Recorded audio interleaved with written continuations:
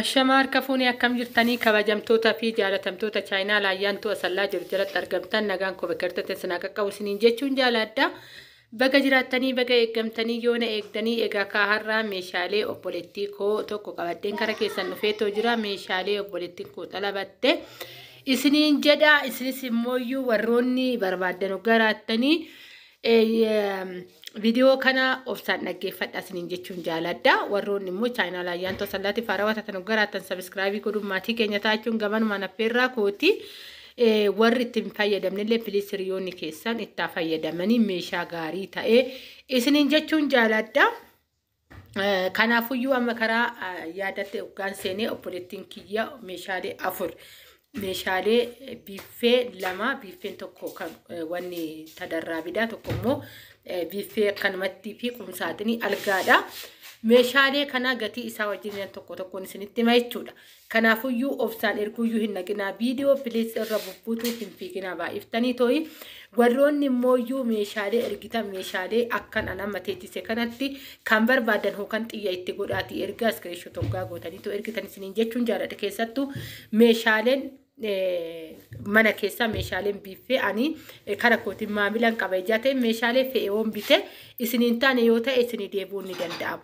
Kana gubbaarratti garuu ofii kiyyaafan itti dhaqee itti kennee itti argisiisee kanan barbaada jedhee waan an hojjisiisuu fi maamila kootinis akkan maamila kootillee hin mufachiifne akkasuma immoo ofii kiyyaafillee akkan sammuun kiyyaa maaliif akkana ta'a jedhee too sammuun kiyyallee lapheen koollee hin gaddine of eeggannoo godhuun dirqama kootidha jechuudha.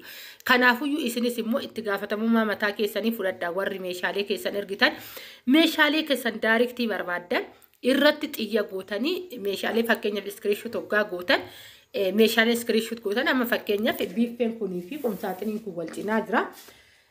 Akkanatti hoggaa ergitan qumsaaxinii kanan barbaada hojjetan ta'e qumsaaxinii kararuma kana halluma kana isa dibama jechuudha. Wanni ilaalayya ta'u tokko jiru biffeellee kanan barbaada hojjetan baay'izawwee waa'ee biffee kana oduun dubbatin bira hin darbu waan biraatti nan dhufa. Biffeen fakkeenyaaf biffeen kuni keessi isaa mastaawotii kan qabudha. Obboleettiin koo maal jettee meeshaalee kana yoo na hojjisiistu tanaan dura hojjisiiseen ture. Kanaafuyyuu tanaan dura kanan hojjisiise sun immooyyuu maal ta'e meeshaaleen hoggaa irra godhamu hin cabaa hin kufaa. Kanaafuyyuu ana kan na hojjisiistu xaawulaadhaan naan jettee too jirti. Xaawulaadhaan akkamitti hojjisiifame biffeen kun gaafa bahu ajaa'ibni ajaa'ibsiifatan. Dhugaan isiniin jedha jechuudha. Haalan itti hojjisiise isinitti ani maafan obsaan dhaggeeffadha. Biffeen argaa jirtan kun keessi isaa madardaraan isaa kana lachiinuu maal qabaa mastaawotiidha jechuudha. Amma garuu mastaawotii kana irraa fuusisiise. Kana yoon jedhu karra isaatii miti joo na dhaggeeffadha ammallee obsaanii karri isaa kuni tokko lama sadiin kuni ni qaba mastaawotii akkasumatti jira. Garuu keessa madandaraa isaa kan burcuqqoo haa ta'u sahaana haa ta'u waan ati irra naqattu jookiiwwan haa ta'u meeshaaleen ati bareedina yookaan faayaa asirra naqattu kuni mastaawotii miti xaawulaan haa ta'u xaawulaan godhe. Garuu akkamittiin hojjisiise hojjetan dudda duuban maaliin goosisiise akka sirritti meeshaaleen achi keessa jiru sun paaworii qabaatee too ifu maaliin goosisee dudda duuba isaatillee mastaawotiin goosisee jechuudha. Yoon kana jedhu immoo mastaawotiin keessan achi baay'achuu miti. Asii hoolaaltanii mastaawotii argitan. Mastaawotiin immoo maal godha mastaawotiin gama jiru sunillee meeshaalee achi keessa jiru san faa godhee ibsee mul'isa jechuudha. Sirritti bareechee mul'isa. Bakka na dhaggeeffadhaa malee yaadaaf qalbiin biffee irratti dubbachaa jira jechuudha. Yeroo baay'ee mana tokko dhaqnee hoggaa gallee maaliif meeshaan kee odoo kanatti jiru fakkaa jedhee natti mul'achuu dida yookaan faa jedhee maanatti mul'achuu dida yeroon jennu ni jira jechuudha. Murteessaan mastaawotii keessatidha. Dhugaan isiniin jedha jechuudha. Kana sirriitti xiyyeeffattan taanaan bakka feetanitti soo hojjisiifattan meeshaalee kwaalitii ta'e hojjisiifachuu qabdan. Maaliif nuti akka mana harabaatii miti gaafa tokko yoo barbaadne ayyaana hoggaa dhufuuf yookaan bara dhufuun meeshaa kana jijjiirachuu qabna jennee jijjiirannu miti. Maaliif dadhabnee yeroo takkitti bitanna jechuudha. Kanaafuu jijjiirachuun nu rakkisa nuti. Maaliif warri biyya ormaa biizinasii guddaa qabaa, galii guddaa qabaa, yeroodhaan abbaan manaa galii guddaa, haati manaa galii guddaa, ijoolleen isaaniitu biyyoonni isaa tokko keessatti dhalataniitu mindaa qabu jechuudha. Erguma dhalatanii mindaa qaban. Kanaafuu isaan nu madaaluun qabnu. Haruma meeshaa bitannu meeshaa irratti xiyyeeffachuu qabna. Meeshaalee keenya umurii nu dheeratu kan انت جيرانتي ستجمعني تو جيرانو نوتاو قب سبب بنسا هر وان تكو قرشي لالي وان تكو هجسيبني برو نجالا چچبو اكن قبني تچون فلانو بوليتيكو تي باين دينك سيفته اكو مارغا جرتن قم ساتني ميشالي كون مو قلمي ستو فلتا قلمين كوني لكي ولنها فكاتو يو يتله اما فكينيف الغالي نرغيتني الغافي بيفن الغافي قم ساتني كون حالو غرغرات غارو غافا امت دي بما قلمي وانت لكي اتياده قلمين كوني في قلمين كان حالون كوني في كان الغا كون ولنا فكاچو قبوته فلانو اباتچودا في إني قدا يرو فلتن يفنو الرت قدا ميشالي قبرت ميشالي بيفي عملي رديبير سنين جدا نيك أيرام حاجة فيتن وبرباد دلكي كنا ناك أيري قافة جدا ميشالي بيفي سنين جيرا ممارا كون جدام بنيا دا إجاتايب كوريس غارو دام بنيا كيسا ويو سرت ناما هوجي إسا دنك سيفتو كيسا نمتوك ميشالي كانت كنا نتسيسو غارو مالين ديزايني كنا ديزايني كون يو هوجي تامي اتوغات إجيفتن أكا ميشالي ساني salphaatti miti maaliif inni meeshaa gurguree hookan hojjetee teechisuu hin qabu bakkumatti qabdii kennitee si hojjetee baay'ee tura tartiiba kitaaba qaba kitaaba irratti barreesseetidha jechuudha tartiiban kan hojjetu waan ta'eefuyyuu meeshaaleen kun of eeggannoo barbaachisa isiniin jechuudha qarshiinis qarshii xiqqaa miti kan asirratti dhangala'ee too jiru egaa karaa algaatitti dhufee too jira akkuma argaa jirtan algaa fi qumsaaxiniin duratti argitan haalluun isaa walitti dhiyaata. Garuu kamti irra fakkaa jedha yoo jettan ta'e kan qumsaaxiniiti. Kana algaan qalama kana bootaa kana kun fakkeenyaaf isboonjiidhaan hojjetame. Algaan kun baay'ee bareeda algaati. Filannoo ishii baay'een jaaladheef isiniin jechuun jaaladha.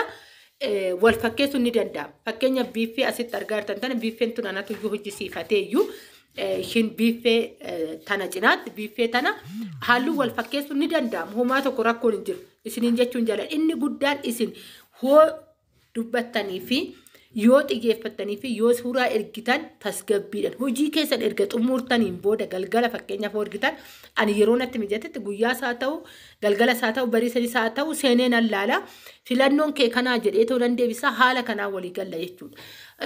Haala salphaatti walii gallee meeshaa isin barbaachisu bitachuu ni dandeessan isiniin jechuun jaaladha. Meeshaaleen na bira dhugaa dubbachuuf itti gammaddu isiniin jechuun jaaladha. Meeshaalee kana ka Rabbiin nagaadhaan itti naagawu meeshaalee afuriidha. Meeshaalee obboleettiin koo xalabattee too jirtu isiniin jechuun jaaladha. Qumsaaxiniidha, algaadha, biiffeedha, qumsaaxinii biiffee xiqqaa wajjiniin jechuudha. Ijoolleen baay'een biiffeedhaan hojjisiise tana ijoolleen baay'ee filachaa too jirtu baay'ee bareedudha. Diizaayinii kana gootaniitu kan isa jidduu keessaa kan bichaan illee hojjisiistanii irratti illee hojjisiisuu ni dandeessan jechuudha. Baay'ee meeshaa bareedudha. Kanarratti meeshaan xaawulaa roormaanidha. Duda duuba isaatu biiffee yoo biiffee feetan laaltanii jiraattan ta'e biiffee mee laala. Duuba isaa komborsaatotu jira. Duuba isaatu komborsaatoo hin galchu. Dhugaan isiniin jedha. Isa baay'ee kwaalitii ta'edha jechuudha. Kan galchuun isiniin jechuu jaaladha. Egaa gatiin kun gatiin obboleettiin kiyya itti baafte kun meeqa meeshaalee afran kanarratti baay'ee gatii salphaadha. Dhugaan isiniin jedha. Jechuun kana yoon jedhu birriin takkaayyuu xiqqoodha isiniin jechuu koo osoo hin ta'in meeshaalee kana fakkaatu. Meeshaalee buru namaaf ta'u keessattuu iyyuu algaan kun akka argaa jirtan isboonjiidhaan kan hojjetame wanni lama wajjiniin jechuudha. Maal ishiin teechoo tana dhiifama naa godha maqaa ishii dogongoruu kiyyaa fi ishii tana lamaa wajjiniin dhugaan isiniin jedha baay'ee baay'ee bareeda. Algaan immoo iyyuu algaa baay'ee mirxii ta'edha. Meeshaaleen as keessa jiru tokko ani kaa hagarraa dirasi meeshaaleen itti gammade qofaadha qabadhee kanan kana keessan dhufu meeshaalees immoo isiniin jedheetoo jira tanaan dura. Jecha koo keessatti jechuudha. Ani amma achi itti jiraachatanan isinitti argisiisa. Meeshaalee itti fayyadamatan isinitti argisiisa. Isiniin jechaatan ture dhuguma algaas taanaan ofii kiyyaa bitadhee ofii kiyya xalabsiifadhee laaleetan kara keessanitti kanan fide jechuudha. Biiffees ofii kiyya xalabsiifadhee ka'een kara keessanitti fide malee calliseetii miti jechuudha. Ofii kiyyaatti jiraachatidha meeshaaleen isinitti argisiisaa jiru kun. Hundi isaatu iyyuu isiniin jechuun jaaladha. Walumaa galatti obboleettiin keenya meeshaalee kanarratti meeqa baaste waggaa jettan ta'ee 68,500 fi 500 baafte jechuudha. Meeshaaleen kun dhugaan isiniin jedha karaa biraatitti illee mee deemati meeshaalee kana gaafadha gatii kana ol malee kana gadi nu argattan baay'ee maamila ejaan ta'eef baay'ee gatii jiddu galeessa ta'ee fi jidduu madaalaa ta'een ani immoo meeshaa kana waggaan gaafadhu itti gaafatamummaadhaan karakkareetan maamila jedheetan dhaabbadhee tan jechuudha kanan meeshaa kana kanatti xalabsiisaa jiruun isiniin jechuu jaaladha. Egaa viidiyoo tan ni jaalattan jedheen abdii qaba.